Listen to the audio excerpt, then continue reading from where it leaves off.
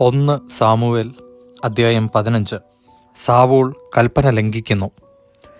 Samuel സാവൂളിനോട് പറഞ്ഞു, തൻ്റെ ജനമായ ഇസ്രായേലിൻ്റെ രാജാവായി നിന്നെ അഭിഷേകം ചെയ്യാൻ കർത്താവ് എന്നെ അയച്ചിരിക്കുന്നു. അതിനാൽ കർത്താവിൻ്റെ വചനം കേട്ടുകൊള്ളുക.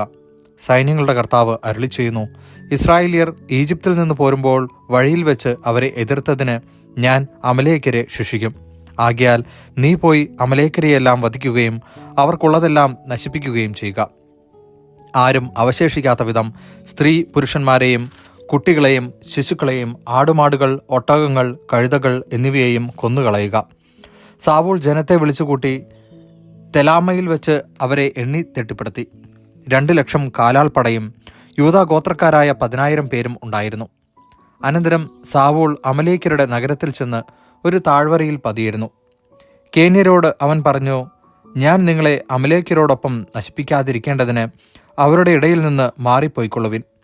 ഇസ്രായേൽ ഈജിപ്തിൽ നിന്ന് പോരുമ്പോൾ നിങ്ങൾ അവരോട് കാരുണ്യം കാണിച്ചല്ലോ. അങ്ങനെ കേന്യർ അമലേക്കരുടെ ഇടയിൽ നിന്ന് മാറി താമസിച്ചു. സാവൂൾ ഹവീല മുതൽ ഈജിപ്തിന് കിഴക്ക് ഷൂർ വരെയുള്ള അമലേക്കരെയെല്ലാം സംഹരിച്ചു. അമലേക്കരുടെ രാജാവായ അഗാഗിനെ അവൻ ജീവനോടെ പിടിച്ചു.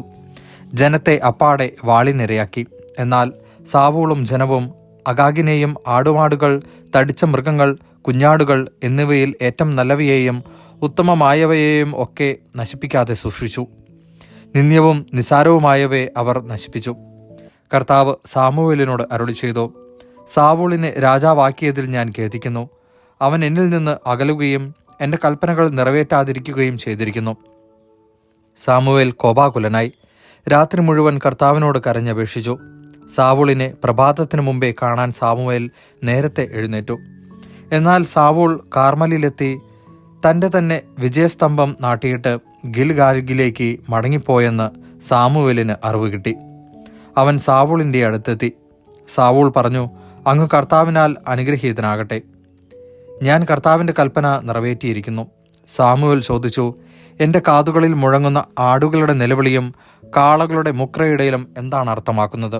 സാവൂൾ പ്രതിവചിച്ചു, ജനം അമലേക്കരിൽ നിന്ന് കൊണ്ടുവന്നതാണവ.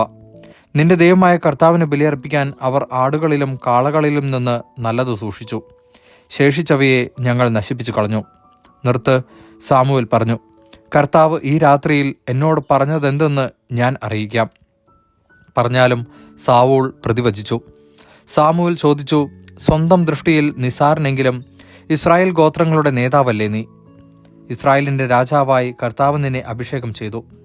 പിന്നീട് കർത്താവ് ഒരു ദൗത്യം ഏൽപ്പിച്ചുകൊണ്ട്, പോയി പാപികളായ അമലേക്കരെയെല്ലാം നശിപ്പിക്കുക, അവർ നശിക്കുന്നതുവരെ അവരോട് പോരാടുക എന്ന് നിന്നോട് പറഞ്ഞു. എന്തുകൊണ്ടാണ് നീ കർത്താവിനെ അനുസരിക്കാതിരുന്നത്? കവർച്ച വസ്തുക്കളുടെ മേൽ ചാടി വീണ് കർത്താവിന് അനിഷ്ടമായത് ചെയ്തത് എന്തിനാണ്? സാവൂൾ പറഞ്ഞു, ഞാൻ കർത്താവിൻ്റെ വാക്കനുസരിച്ചു. കർത്താവ് എന്നെ ഏൽപ്പിച്ച ദൗത്യം ഞാൻ നിറവേറ്റി. അമലേക്ക് രാജാവായ അഗാഗിനെ ഞാൻ പിടിച്ചുകൊണ്ടുവന്നു. അമലേക്കരെയെല്ലാം നശിപ്പിച്ചു. എന്നാൽ നശിപ്പിക്കപ്പെടേണ്ട കൊള്ളവസ്തുക്കളിൽ ഏറ്റവും നല്ല ആടുമാടുകളെ നിന്റെ ദൈവമായ കർത്താവിന് ബലിയർപ്പിക്കാൻ ജനം ഗിൽഗാലിൽ കൊണ്ടുവന്നു. സാമുവേൽ പറഞ്ഞു, തൻ്റെ കൽപ്പന അനുസരിക്കുന്നതോ ദഹനബലികളും മറ്റു ബലികളും അർപ്പിക്കുന്നതോ കർത്താവിന് പ്രീതികരം. അനുസരണം ബലിയേക്കാൾ ശ്രേഷ്ഠം, മുട്ടാടുകളുടെ മേധസ്സിനേക്കാൾ ഉത്കൃഷ്ടം.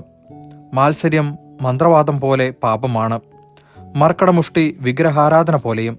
കർത്താവിൻ്റെ വചനം നീ തിരസ്കരിച്ചതിനാൽ അവിടുന്ന് രാജത്വത്തിൽ നിന്ന് നിന്നെയും തിരസ്കരിച്ചിരിക്കുന്നു. സാവൂൾ പറഞ്ഞു, ഞാൻ പാപം ചെയ്തു പോയി. ജനത്തെ ഭയപ്പെട്ട് അവരുടെ വാക്കു ഞാൻ അനുസരിച്ചു.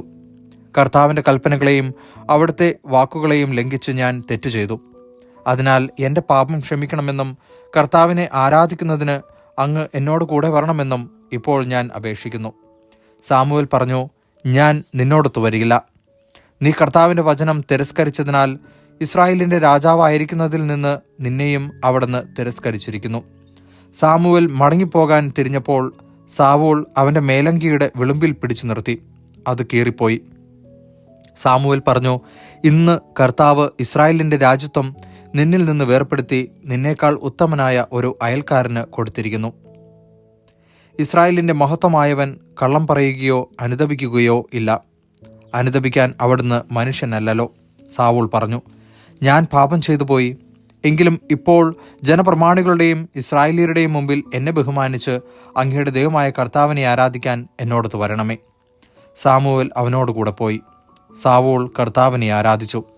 അനന്തരം സാമുവേൽ കൽപ്പിച്ചു, അമലേക്കരുടെ രാജാവായ അഗാഗിനെ ഇവിടെ എൻ്റെ അടുക്കൽ കൊണ്ടുവരിക.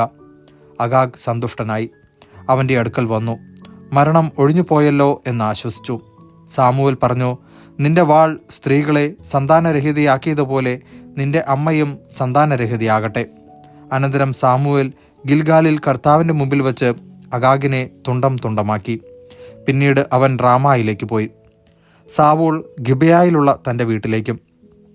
സാമുവേൽ പിന്നീടൊരിക്കലും സാവൂളിനെ കണ്ടില്ല. അവനെ ഓർത്ത് സാമുവേൽ ദുഃഖിച്ചു. സാവൂളിനെ ഇസ്രായേലിൻ്റെ രാജാവാക്കിയതിൽ കർത്താവ് ഖേദിച്ചു. ദൈവവചനമാണ് നാം കേട്ടത്.